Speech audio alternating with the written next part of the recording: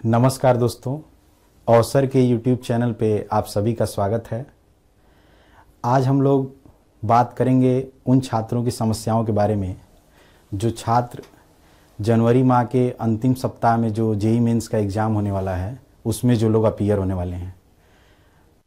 उन छात्रों को इस अंतिम समय में क्या करना चाहिए, क्या पढ़ना चाहिए, क्या छोड़ देना चाहिए, किस चीज़ का रिवीजन कर लेना चाहिए, किस चीज़ का जस्ट प्रैक्टिस करके छोड़ देना चाहिए, कौन कौन से चैप्टर इम्पॉर्टेंट है, इन्हीं सब पॉइंट्स पे हम लोग इस वीडियो में बात करेंगे। अभी आज का जो डिस्कशन है हम लोगों का, ये मेनली हम लोग इसको कंस्ट्रेंट रखेंगे फिजिक्स सब्जेक्ट पर कि फिजिक्स में क्या करना चाहिए इस अंतिम समय में। अभी जस्ट आपके एग्ज़ाम का मुश्किल से 10-12 दिन और बचा हुआ है, क्योंकि 24 जनवरी से आप लोगों का एग्ज़ाम है।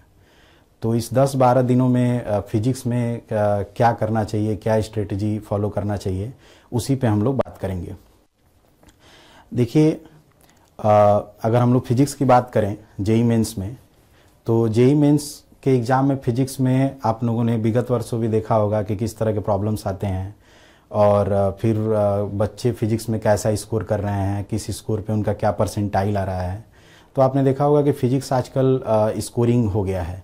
जैसे कभी केमिस्ट्री को बहुत ज़्यादा स्कोरिंग माना जाता था पहले के जो जेईई के एग्ज़ाम होते थे, वैसे ही फिजिक्स भी आजकल बहुत स्कोरिंग हो गया है। लड़के आराम से जो है 90 इवन 95 नंबर भी 100 में स्कोर कर ले रहे हैं बहुत ईजिली फिजिक्स में। तो आराम से अगर कोई बच्चा है बहुत ही एवरेज है और वो चाहता है कि 70, 75, 80 के आसपास स्कोर करना फिजिक्स में, तो बहुत आराम से स्कोर कर सकता है। कुछ बेसिक जो लास्ट मोमेंट पे जो चीज़ों को, जो बेसिक चीज़ें हैं जो उसको ध्यान में रखकर वो आराम से कर सकता है।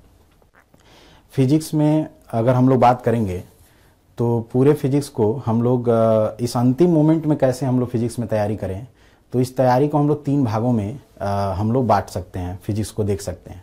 कुछ चैप्टर ऐसे हैं जिनको इस अंतिम समय में जिनमें कुछ करने का कोई बहुत ज़्यादा स्कोप नहीं बचा है। उन चैप्टर्स को अगर ऑलरेडी आप अच्छे से उसको आपने प्रिपेयर किया है, उसमें कंफर्टेबल हैं, उनके कॉन्सेप्ट्स क्लियर हैं, तो फिर आप एग्ज़ाम में अगर उससे रिलेटेड प्रॉब्लम आता है थोड़ा सा मॉडरेट टाइप का, इवन सम टाइम डिफ़िकल्ट भी आता है, इजी आता है, तो आप ज़रूर कर लेंगे। तो उसमें बहुत ज़्यादा प्रैक्टिस या उसमें रिवीजन वगैरह की कोई ज़रूरत नहीं है। लेकिन साथ ही साथ अगर जो बच्चे ऐसे हैं कि जो इन चैप्टर्स में कंफर्टेबल नहीं है या इन चैप्टर्स का कॉन्सेप्ट ही उनका क्लियर नहीं है, तो इस अंतिम मोमेंट में भी वो भी बहुत ज़्यादा कुछ नहीं कर पाएंगे इन चैप्टर्स को। उनको कहीं ना कहीं इसको स्किप करके उनको आगे बढ़ना पड़ेगा। कुछ चैप्टर ऐसे हैं जिनके कॉन्सेप्ट्स भी आपके क्लियर हैं और उसको आपने पढ़ा भी है, प्रैक्टिस भी किया है, लेकिन कॉन्सेप्ट क्लियर होने के बाद भी, प्रैक्टिस होने के बाद भी उनके कॉन्सेप्ट्स का रिवीजन बहुत ज़रूरी है। उसको आप जस्ट केवल प्रैक्टिस के भरोसे नहीं छोड़ सकते हैं। उनके कॉन्सेप्ट को भी जो बचा हुआ 10-12 दिन है उसमें 2-2 दिन बाद, 3-3 दिन बाद अगर उसके कुछ कॉन्सेप्ट्स को आप रिवाइज कर रहे हैं तो आपके लिए वो फ़ायदेमंद साबित होगा। कुछ चैप्टर ऐसे हैं जो आप अभी तक चाहे पढ़े हों चाहे ना पढ़े हों, लेकिन वो इतने आसान चैप्टर हैं, वो इतने कम समय में आप उसको कर सकते हैं कि उसको छोड़ना मेरे अनुसार एक मूर्खता टाइप से कहा जाएगा, क्योंकि वो बहुत ही आसान चैप्टर हैं, बहुत कम टाइम कंज्यूमिंग हैं। तो अगर आप अभी भी नहीं पढ़े हैं तो उसको आराम से आप अभी भी पढ़ करके, क्योंकि बहुत आसान चैप्टर हैं, छोटे भी हैं, तो आराम से आपके पास टाइम है कि शायद उन चैप्टर्स को आप 1 या 2 दिन में भी पूरा पढ़ सकते हैं। और उन चैप्टर से कोई बहुत ज़्यादा टफ क्वेश्चंस भी नहीं आते हैं, बहुत ही बेसिक एनसीईआरटी लेवल के ही प्रॉब्लम्स होते हैं। या इवन ये कहें कि जो भी आप कॉन्सेप्ट में पढ़े हैं, अगर उतना भी पढ़े हैं, बहुत बेसिक प्रैक्टिस भी है उसमें, तो बहुत ज़्यादा चांसेस हैं कि उन प्रॉब्लम्स को आप कर लेंगे। तो ऐसे भी चैप्टर्स हैं जिनको हम लोग अभी पढ़ भी सकते हैं।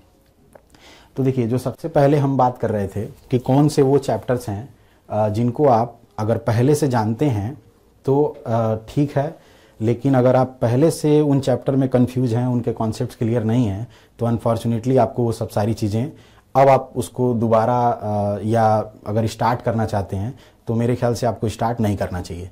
जैसे उन ऐसे चैप्टर में आपको केवल बेसिक प्रैक्टिस की ज़रूरत है, और ये मेनली जो चैप्टर हैं आपके मैकेनिक्स वाले चैप्टर हैं, जिसमें आपका आ जाएगा 1D, 2D, डायनेमिक्स, जिसको आप लोग न्यूटन्स लॉ ऑफ मोशन भी बोलते हैं। इसी में आपका एनर्जी मोमेंटम,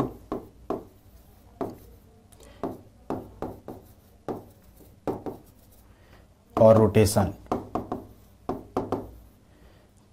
ये सब वो चैप्टर हैं।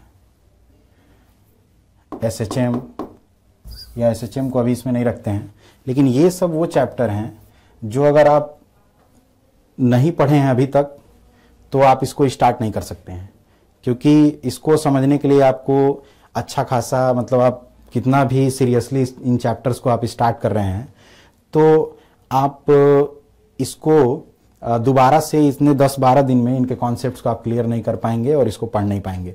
तो अगर इसमें ऑलरेडी आपकी तैयारी है, आप ऑलरेडी इन चैप्टर्स के कॉन्सेप्ट्स को लेकर क्लियर हैं और इनके प्रॉब्लम्स आप कर पाते हैं, कुछ सोच पाते हैं, तो इसमें बहुत ज़्यादा कुछ करने का इस लास्ट मोमेंट में कोई स्कोप बचा नहीं है। आप इसमें जस्ट क्या कर सकते हैं कि बेसिक जो है इसमें आप प्रैक्टिस कर सकते हैं। जैसे जो भी आपको जिसमें भी थोड़ा सा लग रहा हो कि नहीं यार इसको थोड़ा सा कर लेते हैं, जिसमें आप अपने आप को वीक महसूस कर रहे हैं, तो उनका जस्ट बेसिक प्रैक्टिस कर सकते हैं। लेकिन कोई बहुत ज़्यादा इसमें अगर आपको नहीं आता है, अगर ये सारे चैप्टर्स ये सब क्लियर नहीं है, तो फिर आपको ये सब छोड़ना ही पड़ेगा। इसको आप स्टार्ट से इस मोमेंट पे करना बहुत डिफिकल्ट है। शायद अगर ऐसा सिचुएशन है कि आप इन सब चैप्टर में कंफ्यूज हैं या इसको लेकर के आप श्योर नहीं है कि आपका कॉन्सेप्ट क्लियर है नहीं क्लियर है, तो उसको आप छोड़ सकते हैं। नेक्स्ट जो अटेम्प्ट है आपका अप्रैल में, उसके लिए छोड़ सकते हैं। उसमें शायद थोड़ा सा आप 1 महीना 1.5 महीने टाइम दे करके इन सारे चैप्टर्स को आप पढ़ सकते हैं। ठीक है, ऐसा ही चैप्टर आपका है एसएचएम भी, सिंपल हार्मोनिक मोशन, थर्मोडायनेमिक्स भी है।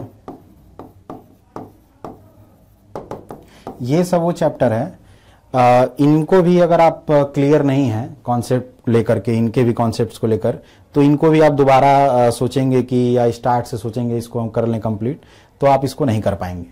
तो अगर इन सारे चैप्टर्स में आपका कॉन्सेप्ट क्लियर है तो आप जस्ट बेसिक प्रैक्टिस करिए, और अगर इसमें आपका कुछ भी क्लियर नहीं है, ये अभी तक आपको समझ में नहीं आया है, तो फिर ये सारे चैप्टर्स आपको छोड़ना पड़ेगा। इसमें आप बहुत ज़्यादा कुछ कर नहीं सकते हैं। हालांकि प्रॉब्लम्स तो इससे बहुत अच्छे खासे आने वाले हैं, लेकिन अनफॉर्चुनेटली नहीं तैयार है तो आपको ये छोड़ना पड़ेगा।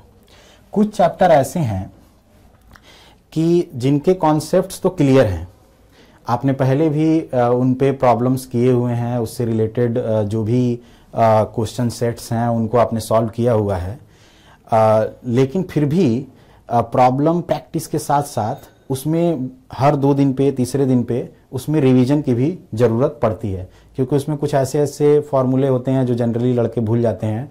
तो वो सब चीज़ आपके दिमाग में रहे रेगुलरली, तो कॉन्सेप्ट क्लियर होने के साथ साथ उसमें थोड़ा सा उनके कॉन्सेप्ट्स के भी रिवीजन की ज़रूरत होती है। मतलब वो चैप्टर ऐसे हैं कि जिनमें प्रैक्टिस तो आपको चाहिए ही, प्लस उसमें थोड़ा सा रिवीजन की भी ज़रूरत महसूस होती है। उस चैप्टर में मैं एसएचएम को भी रखूँगा। एसएचएम में भी कुछ चीज़ें ऐसी हैं, स्पेशली एंगुलर एसएचएम वाला जो पार्ट है, या कुछ और भी बहुत सारे इसमें ऐसे पार्ट्स हैं जिसका जनरली लोग फार्मूला भूल जाते हैं, या तो भूल जाते हैं तो उसको डिराइव वगैरह करना पड़ सकता है। तो इन सब चीज़ों से बचने के लिए थोड़ा मोड़ा रिवीजन एसएचएम वगैरह का करना चाहिए। थर्मोडायनेमिक्स में भी कुछ चीज़ें ऐसी हैं कि जिनको आपका रिवीजन ज़रूरी है, क्योंकि थर्मोडायनेमिक्स में भी बहुत सारे ऐसे फार्मूला वगैरह है या कुछ चीज़ें हैं ऐसी जो कि रिवीजन मांगता है आपसे। तो 1 दिन 2 दिन पे इनके मतलब प्रैक्टिस तो आपको करना ही है, लेकिन साथ ही साथ उनका रिवीजन भी आप कर सकते हैं। ऐसे ही आपका वेव है, वेव वाला भी जो चैप्टर है, इसमें भी चूँकि बहुत सारे बच्चे जब सीरियस नहीं पढ़े होते हैं तो चीज़ें भूलती हैं। तो अगर आपका कॉन्सेप्ट क्लियर भी है तो प्रैक्टिस तो आप करिए ही, थोड़ा सा ज़रूर कभी कभी 1 दिन पे, दूसरे दिन पे, तीसरे दिन पे थोड़ा सा इसका रिवीजन भी करिए। ठीक है, मतलब बिना रिवीजन के आप इनके मॉक टेस्ट वगैरह में भी आप बैठते हैं तो थोड़ा सा एक चांसेस होगा कि शायद कुछ चीज़ें जो फार्मूला वगैरह की वजह से या कभी कभी छोटे छोटे कॉन्सेप्ट्स की वजह से आपका मिस हो सकता है। तो ये तो रही बात उन चैप्टर्स की जो आप पहले से अगर जानते हैं तो उनको बेसिक प्रैक्टिस के थ्रू, या अगर आप पहले से जानते भी हैं तो बेसिक प्रैक्टिस प्लस रिवीजन के थ्रू आप अपने आप को थोड़ा सा और मजबूत बना सकते हैं आने वाले एग्जाम को लेकर के। लेकिन कुछ चैप्टर फिजिक्स में ऐसे हैं जो कि बहुत इंपॉर्टेंट हैं और उनसे बहुत सारे प्रॉब्लम्स आपसे पूछे जाते हैं, और वो आप अभी तक भी नहीं पढ़े हैं तो उसको अब से भी आप पढ़ सकते हैं, क्योंकि बहुत ज़्यादा समय नहीं लगने वाला है उन चैप्टर्स को पढ़ने के लिए।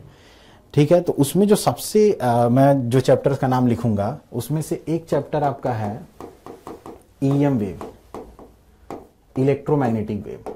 ये आप आज तक पढ़े हों या ना पढ़े हों, इस चैप्टर को आप जरूर पढ़ लीजिए। अगर आप पढ़े भी हैं तो भी, नहीं पढ़े हैं तो भी पढ़ सकते हैं, इसको कोई दिक्कत नहीं है, क्योंकि इस चैप्टर को पढ़ने में आपको हार्डली 30 मिनट्स से 60 मिनट का समय लगेगा। जो चीज़ें इसमें पूछी जाती हैं ईएम वेव के अंदर, जैसे कि ईएम वेव के प्रोपोगेशन से लेकर के इसमें ज़्यादातर चीज़ें पूछी जाती हैं कि इलेक्ट्रिक फील्ड का मान लो डायरेक्शन दे दिया, मैग्नेटिक फील्ड का डायरेक्शन दे दिया, फिर वेव प्रोपोगेशन का डायरेक्शन के बारे में पूछ रहा है, या कई बार इलेक्ट्रिक फील्ड और वेव प्रोपोगेशन का डायरेक्शन दे दिया, मैग्नेटिक फील्ड का डायरेक्शन पूछ रहा है, ईएम वेव का डिफरेंट मीडियम में वेलोसिटी वगैरह क्या होती है, ईएम वेव की जो इंटेंसिटी होती है उसको लेकर के प्रॉब्लम कई बार पूछता है।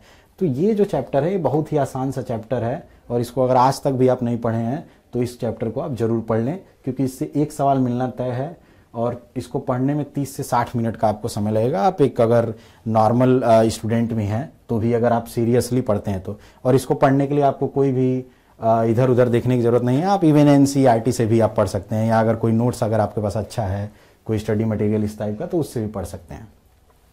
उसके बाद दूसरा जो चैप्टर है जिसमें कई सारे छोटे छोटे पॉइंट्स हैं, वो है आपका मॉडर्न फिजिक्स।